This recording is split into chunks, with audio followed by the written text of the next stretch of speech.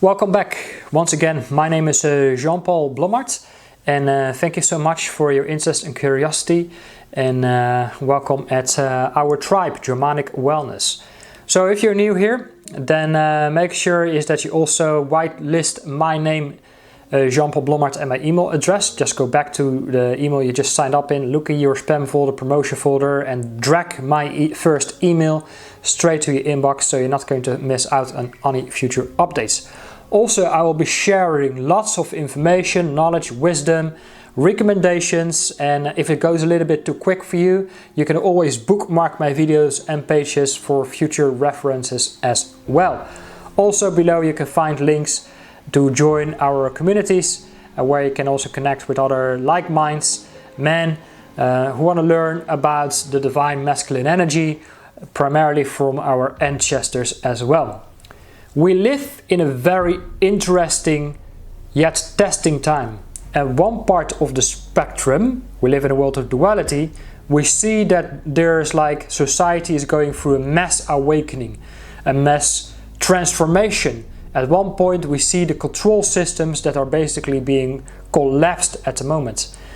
At the one part we also see is that we as humanity as a whole, we want to get back our power over ourselves, our sovereignty over ourselves, and gain a sense of freedom and independence in our life. Without turning this whole video into a political video, I don't really want to do that, but I really want to focus more on you and me and together, we as human beings.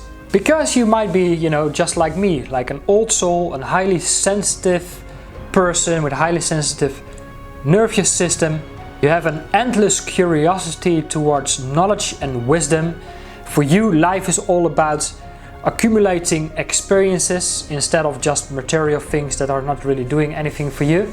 You are a free spirit, a fighter spirit who really want to push through to get and gain the things you really want for yourself. You're highly intuitive, creative, influential, social. You love interacting with other people. For you it's very easy to build relationships with people, but at the same time maybe you also need a lot of time for yourself in solitude to recharge and to contemplate. And actually you might perform best at stressful and urgent situations.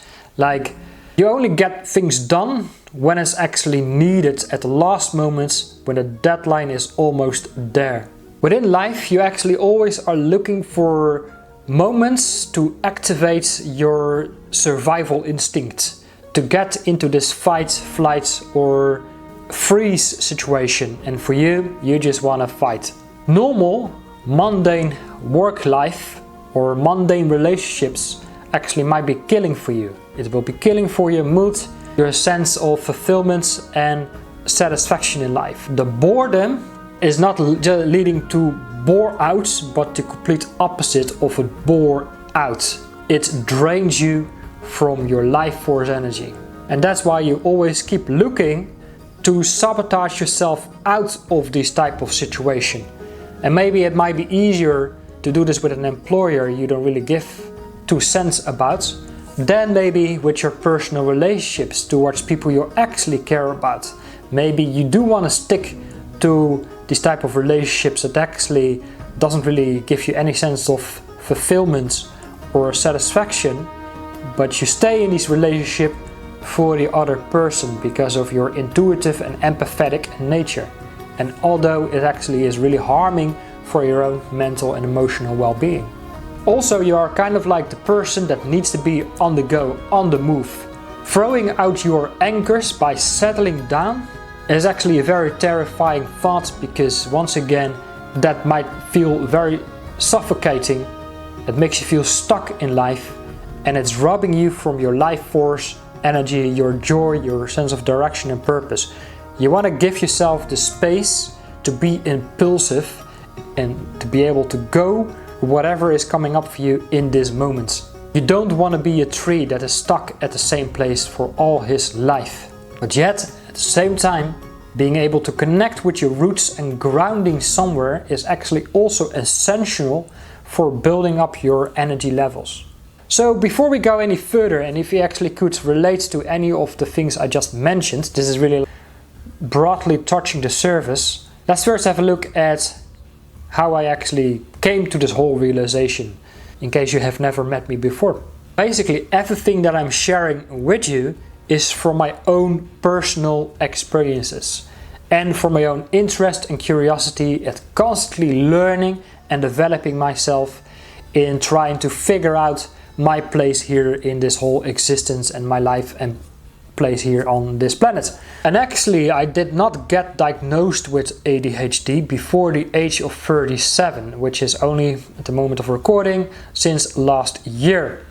But if I look back to whole my life journey so far, I could definitely say that life wasn't really quite easy until this point. I could look back to my whole childhood of growing up with divorced parents and growing up with only my father and not able to grow up with my mother. Basically, I started to struggle a lot with anger and frustration and aggression, and I turned quickly into alcohol, smoking, started working when I was 14, working 60 hours a week when I was 16 in a restaurant.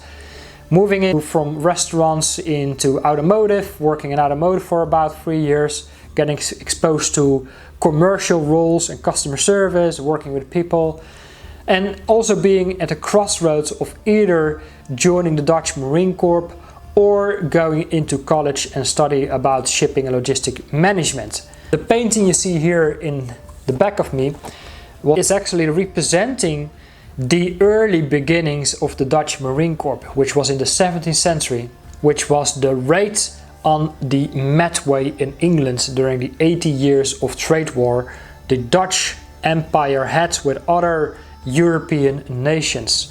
And this is a kind of like representing a time of our history that I feel deeply connected with. And without losing myself into this right now, perhaps I will share other times of other moments, I will share more about it on how this could actually play a very important role right now today.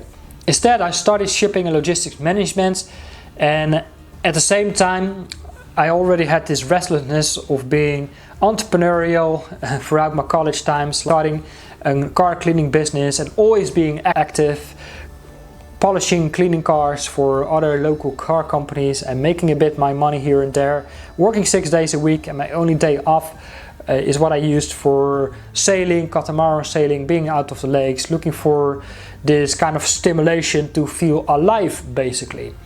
But then I got to the point, wait a minute, I still feel these voids within me. It was back in 2007. What I'm going to do, I'm going to get out there. I was only like 23 years old. I'm going to look out for dates, and I'm going to travel to Peru and meet this beautiful woman up there. And for me, that was really a whole new chapter into my whole new personal and spiritual development. Coming back in 2007 to the Netherlands, I started to wake up to what kind of culture I'm actually living in, and that was for me like also a realization, like wait a minute, I'm not really quite sure if I really belong to this kind of society. I created even more resistance and anger and frustration to the whole society I was living in.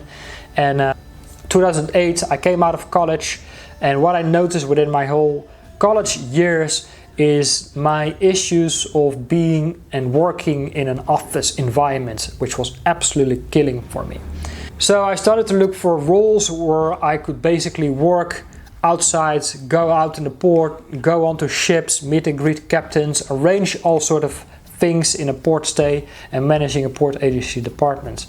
But then 2008, the whole financial crisis was hitting the maritime industry, the shipping industry, and that's when I moved out into custom consultancy, which is once again office-based role, but within 2 or 3 months I was being blown out of my mind, out of boredom, and then I quickly decided I gotta go and move out of it, and I gotta go and be in business for myself.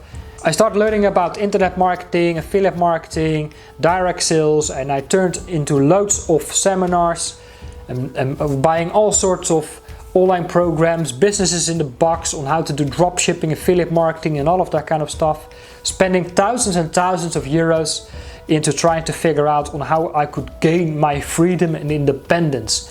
Because also what I was having was like a long distance relationship with another Peruvian girl who was like living in Spain and all of that stuff. So I had to find a way to gain my independence because I wanted to get the hell out of the Netherlands. Then after 2.5 years of hustling and grinding, I was finally making a little bit of money, like 10,000–15,000 euros per month with affiliate marketing. But then I was kind of like in the wrong kind of affiliate marketing programs. My whole business collapsed and I started to struggle with things like burnout, anxiety, high levels of stress. And that was around 2012. And that was for me the turning point of going further and deeper into spiritual healing. Going into 1.5 years of spirit coaching, family consultations, going out in nature, Kundalini awakening and activations and all of that great stuff. But then I met someone else and I moved into London. I dropped everything here, burned my ships, and the last 10 years I was living in London. Well, actually dealing with stress, anxiety and burnouts. The last place on earth is actually London to be able to recover from all of that. So I continued my spiritual healing work further and deeper into shamanism, Reiki, soul retrieval, ancestral healing, and this really started to open up whole new doors towards bigger levels of different levels of consciousness. So this path continued my journey further into reconnecting with the ancestors. As I'm a Dutch North European myself, I could really look back at where my ancestors came from: maritime industry, merchant trade, commerce, trading, sailing, going out in the world to make trade agreements and all of that. But even looking further and deeper into my ancestral lines, I could also look at the times of the Germanic people, the Celts and the Nordic, who had strong connections with an animistic way of life. This is something that we have completely lost touch with. So that's why I made it my purpose to reconnect with these elements that still lives and exist within us. It's running through our veins, it's running through our DNA that basically has been forgotten. So we're not just here to learn a bunch of new things, we are here to remember that what already exists within us, that has already been built for us by our ancestors. So when you feel like you are an old soul, you have the mind of a hunter, the spirit of a warrior, that actually could indicate that we have something very deeply from our ancestors. So when we look to the Germanic people from the North European, we could look to these kind of tribal people who fought against the Roman Empire, a massive empire that could not be defeated by any kind of tribal barbarian civilization. But then we had the Germanic tribes, and the Roman Empire had a very difficult job to defeat them, because they understood a level of warfare that no other kind of tribe knew about. To be silent, moving through the woods in night, is to be like a unified force, like in special forces that existed within that time. Of course, also from the Scandinavian culture we had the Vikings, and actually I'm here coming from the southwest of the Netherlands, from a very tiny little town called Middelburg. And Middelburg was established or created as a medieval town, like a burg, in the 9th century to protect the locals against Viking raids. Now this tiny little town here in this delta, in this province of Zeeland, which literally means land in the sea, and our motto is basically like we struggle and we arise, because we always had the battle against and living together with the elements, the water, the sea. And because we were always that tiny, that little as sailors, fishermen, merchants, we of course we needed to be able to connect with something greater than us. Let it be a divine archetype, a divine spirit, a deity or a god. And this is something that, of course, that we lost touch with as well. And that's really what I want to do here, is to make a revival of these ancestral yet highly primal energies that still exist within us. With that being said, it is also, of course, the big question, like, what is the point, what is the reason, what is the purpose of accumulating or gaining more knowledge and wisdom if you don't do anything with it? Are you going into a spiritual bypass? Are you going into spiritual developments as a way to escape from reality? Or, you just have a lot of knowledge and wisdom so you can sit on top of a mountain and look down to everyone else in your solitudes, in your loneliness, in your isolation, where you will be able to relate to everybody, but nobody will be able to relate to you? Or are you going to use that and integrate it within your daily hustle of getting out there as a hunter and a warrior for getting what you want?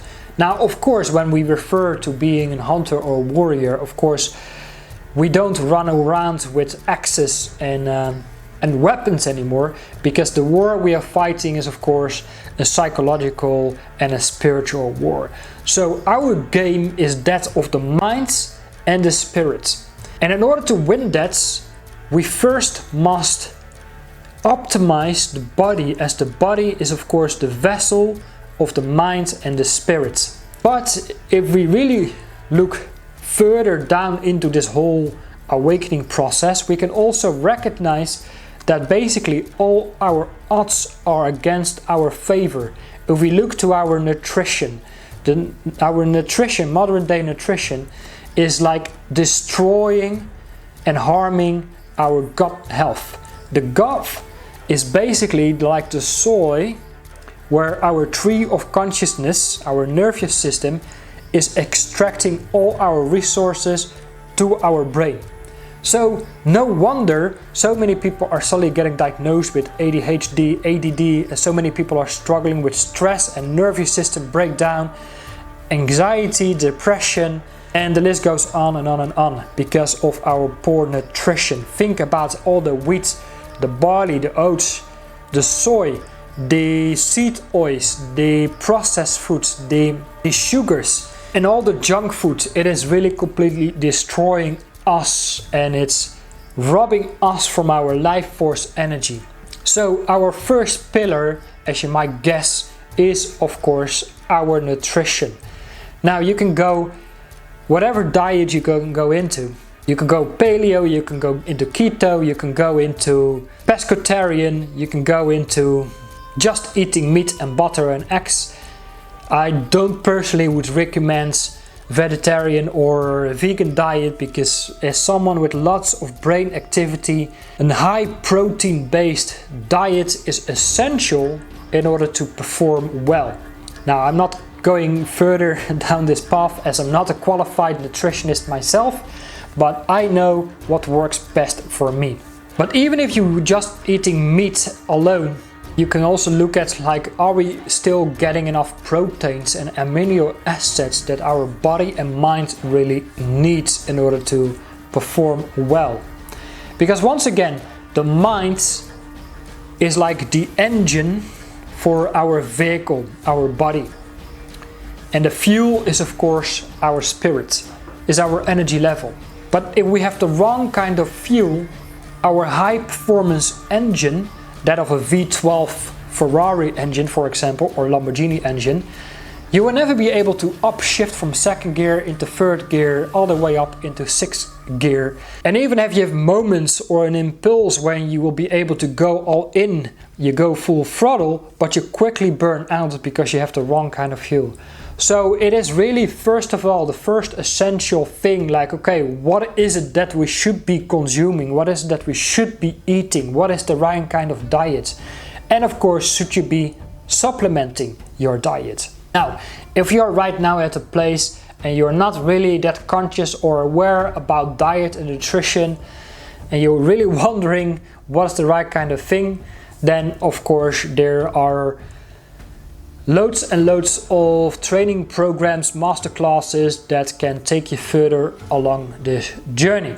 One of them is actually WealthFit, which is a great masterclass. I don't really agree with everything they say because they want to make it sound a little bit juicy in terms of marketing, but this could really help you into a direction if right now you're highly dependent on a highly processed diet full with wheat and gluten, oats, soya, sugars, processed foods, junk foods, and the list goes on and on.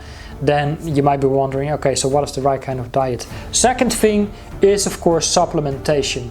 You know, the additional proteins, amino acids, vitamins, minerals to really to optimize our brain health, our gut health and brain health.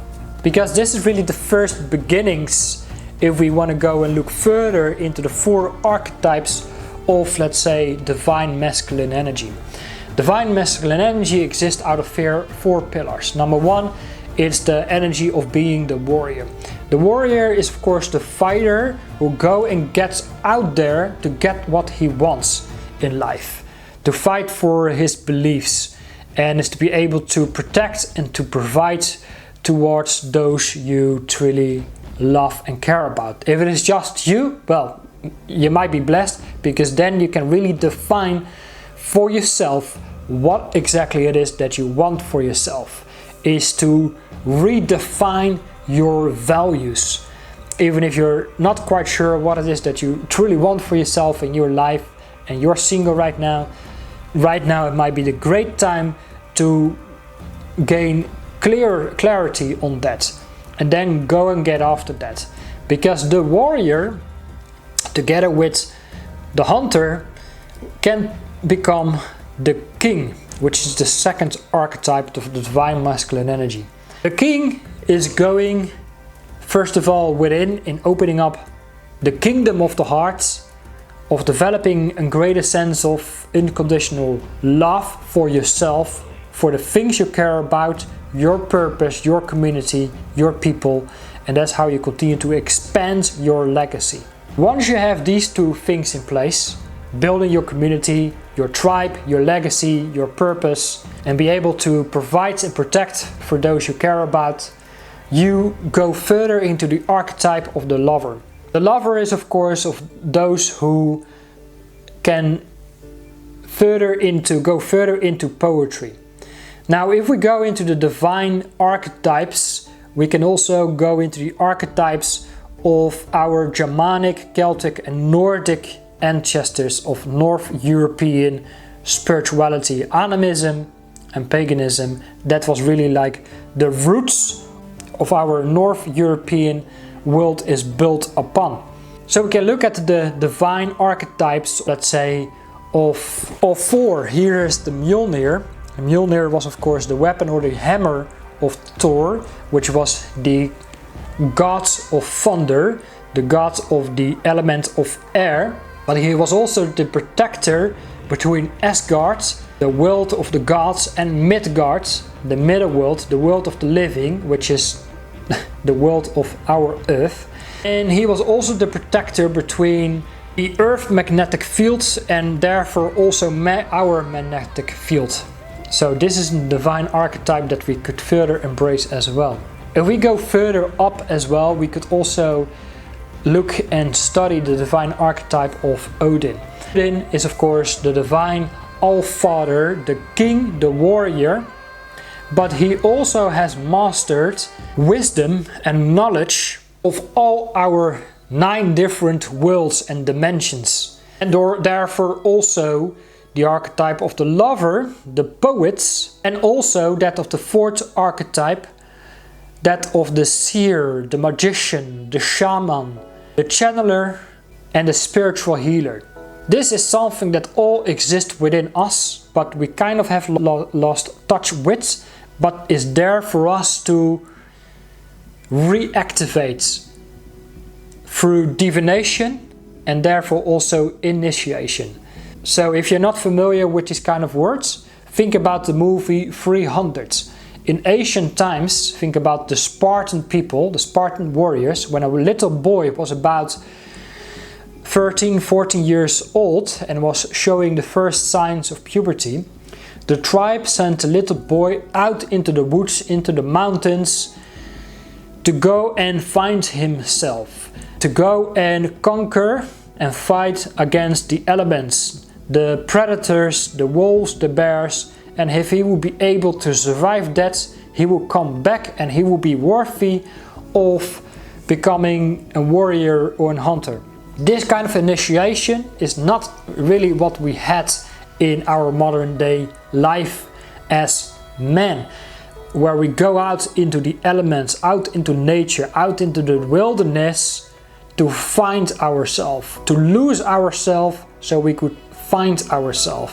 As men, we are basically born at the bottom of the value, and our purpose is to get out of a level of comfort, is to find hardship through challenge, is to make sacrifices and to suffer, because through pain we can bring more light into our existence, because without the shadow the light cannot exist. If we have not created a sense of shadow within ourselves or darkness through pain, sacrifices and suffering, we will never be able to find the light that also exists within us. And of course, like I already mentioned, modern day spirituality is all about love, light, peace and warm, cozy feelings, which is probably a little bit more tailored towards the feminine. Now, there's nothing wrong with it, and we as men, we also have feminine energy within us,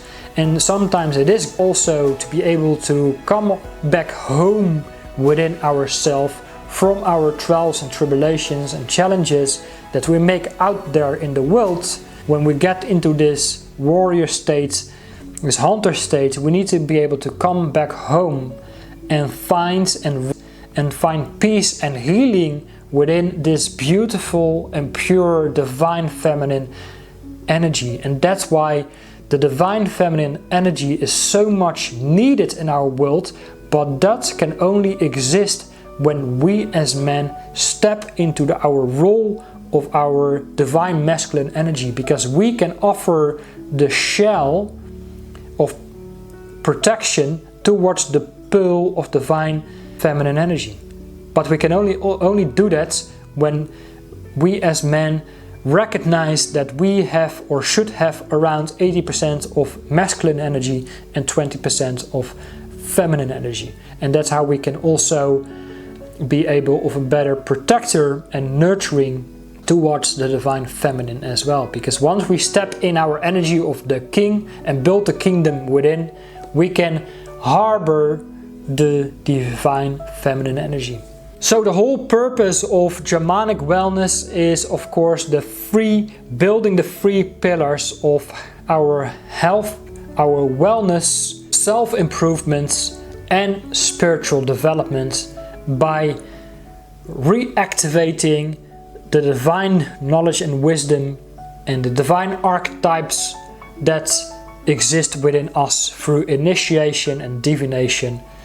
But first we must build the groundworks of our physical health and well-being, mental health and wellness, and regulate our emotions, because that is really tapping into the role of becoming a stoic. Build the body of an athlete, the mind of a stoic, heart, the spirit of a warrior, and the heart of a poet.